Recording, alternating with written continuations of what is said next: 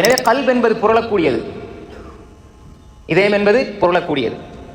அந்த இதயத்தை சரியான ஒரு நிலையில் வைத்திருப்பவன் தான் முஃமின். ரமலானுடைய காலத்திலே இருந்த அந்த இதயம் ஷவ்வாலில் காணாமல் போயிருக்கிறது.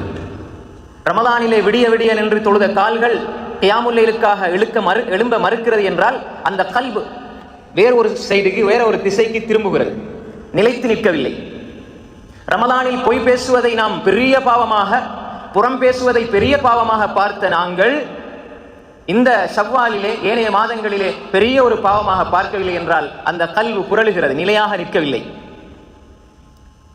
தொழுகை 5 நேரமும் பக்குவத்தோடு இமாம் ஜமாத்தோடு தொழ வேண்டும் என்று எண்ணி அதே இதயம் ஷவ்வாலிலே அந்த இமாம் ஜமாத்துக்கு முக்கியத்துவம் கொடுக்கவில்லை என்று சொன்னால் அந்த கல்ப் பாவத்தை நோக்கி புரள ஆரம்பிக்கிறது, நிலைத்து நிற்கவில்லை. ரமலானுடைய காலங்களிலே ஃபஜ்ருடைய தொழுகையை ஜமாத்தோடு தொழுத நாம் ஜமாத்துடைய தொழுகை இல்லாமல் சில போது ஃபஜ்ரே இல்லாமல் ஆகிவிடுகிறது என்றால் அந்த கல்ப் புரண்டு கொண்டிருக்கிறது, பாவத்தை நோக்கி புரள ஆரம்பித்து விடுகிறது.